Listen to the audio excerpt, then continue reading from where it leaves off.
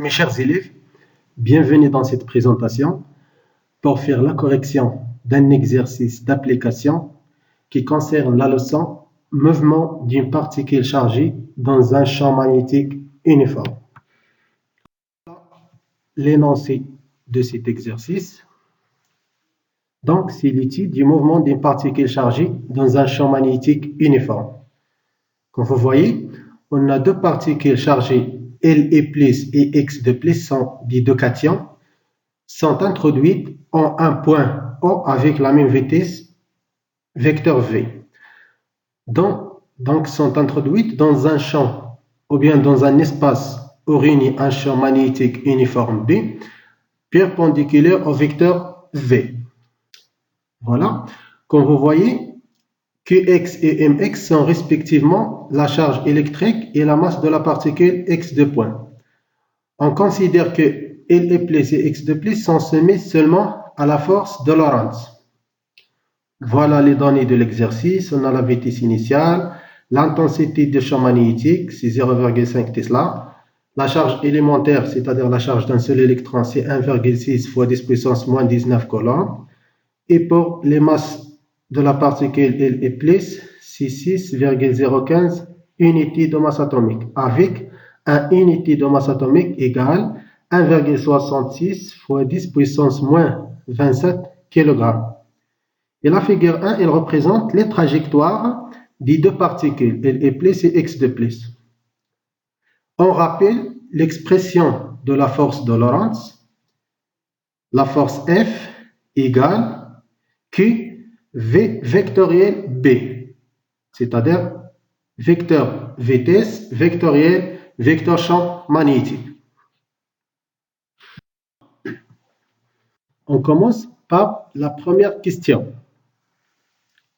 Déterminer les caractéristiques de la force de Lorentz exercée sur la particule La+ au point O. Donc, on a 4 caractéristiques. On commence par l'origine. Comme vous voyez, c'est le point O.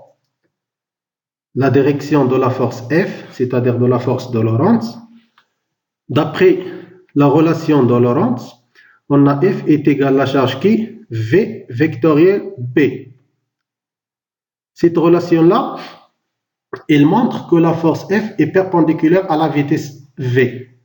Alors, la direction de la force F est l'horizontale qui passant par O. Comme vous voyez dans la figure, F elle est perpendiculaire au vecteur vitesse V. Donc F elle est horizontale qui passant par O. On passe maintenant au sens de la force de Lorentz. Comme vous voyez, donc c'est de point O vers la droite. Et pour l'intensité, on a d'après la relation de Lorentz, F est égal Q V vectoriel B.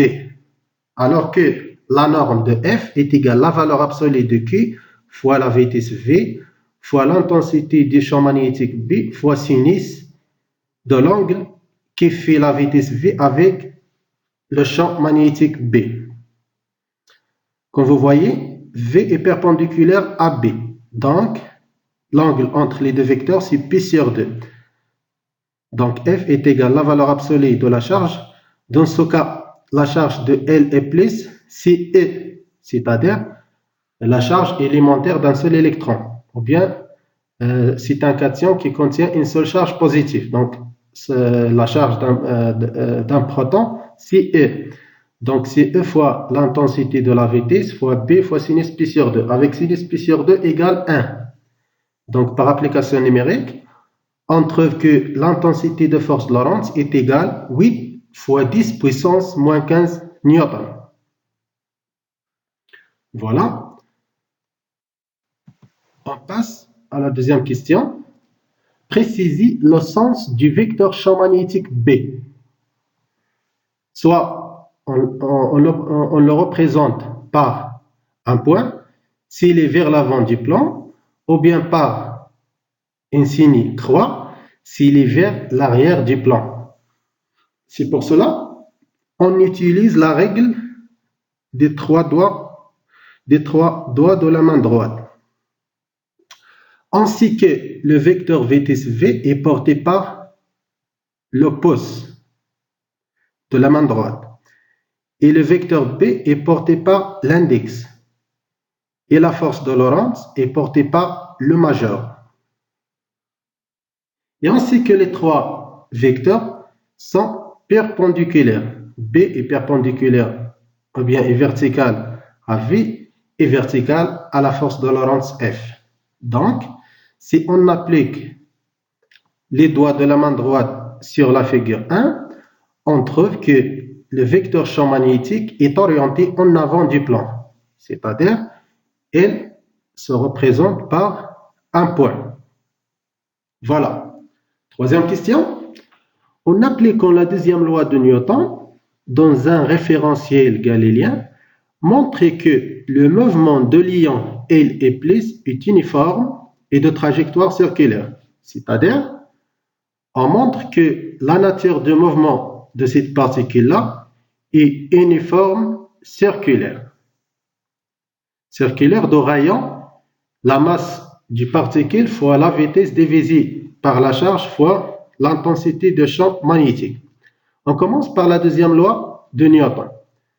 La somme des forces extérieures est égale à la masse fois l'accélération. Dans ce cas-là, le système étudié est la particule LE.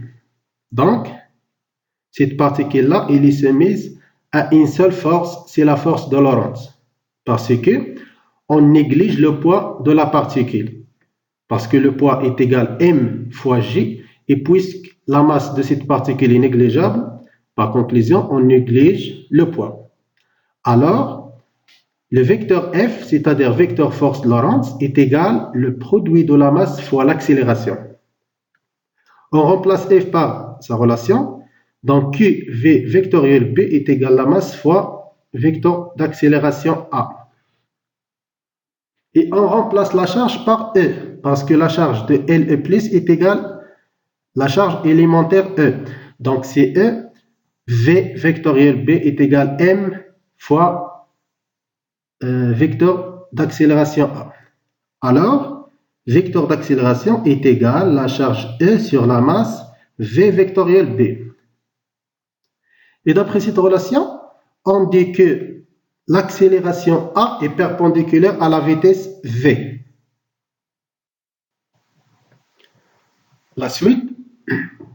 Donc, on a trouvé que le vecteur accélération A est égal à la charge E sur M, V vectoriel B. D'après cette relation, on a dit que A est perpendiculaire à V. Comme vous voyez dans la figure, donc, on choisit un repère de Fresnel d'origine M et des deux vecteurs unitaires U, c'est-à-dire le vecteur tangentiel et le vecteur unitaire normal N. Avec le vecteur vitesse est porté par le vecteur unitaire U, c'est-à-dire vecteur tangentiel, et l'accélération A est portée par le vecteur unitaire N. Et comme vous voyez, V est perpendiculaire à A. Ainsi que le vecteur accélération A est égal à la somme des deux composantes, la composante normale plus le vecteur composante tangentielle. Comme vous voyez là, le vecteur d'accélération est porté par N, alors que la composante A de t égale 0. Et on sait que AT est égal à la dérivée de la vitesse par rapport au temps, qui est égal à 0, alors que la vitesse est constante. Et puisque la vitesse est constante, on dit que le mouvement est uniforme. Maintenant, on doit montrer que le mouvement est circulaire. Donc, pour montrer que le mouvement est circulaire, il suffit de montrer que le rayon est égal à une constante, c'est-à-dire le rayon de la trajectoire du mouvement est constante. On commence par la relation précédente. On a dit que le vecteur accélération est égal à la charge sur la masse V vectoriel B. Et on a que A est égal à N plus AT, alors que AT égale 0, parce que A est porté par le vecteur unitaire N. Donc, on trouve que l'accélération AN est égale à la charge sur la masse V vectorielle B. Par projection de cette relation sur l'axe MN, c'est-à-dire l'axe du vecteur normal, on trouve que l'intensité de l'accélération AN est égale à la charge sur la masse fois l'intensité de vitesse V fois l'intensité de champ magnétique B fois sinus de l'angle qui fait la vitesse avec le vecteur B. Dans ce cas, c'est P sur 2. Sinus P sur 2 est égal à 1, alors que AN est égal V au carré sur AN. On sait que AN est égal V au carré sur ρ. Et ρ, elle représente le rayon de la particule LE+.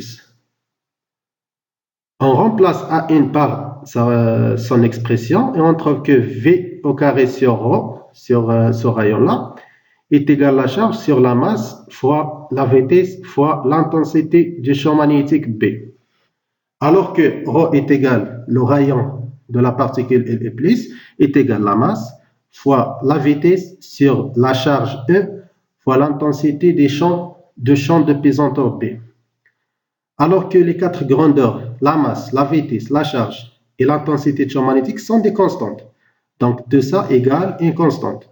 Alors que le rayon de la particule LE+ est égal à une constante, et on dit que le mouvement est circulaire parce que le rayon de la trajectoire est constante. Et par conclusion, la nature de mouvement du particule LE+ est circulaire uniforme. Voilà. On passe maintenant aux questions numéro 4. Comme vous voyez, en exploitant les données de la figure 1, déterminez le rapport Rx, R de la particule X, sur le rayon de la particule LE+.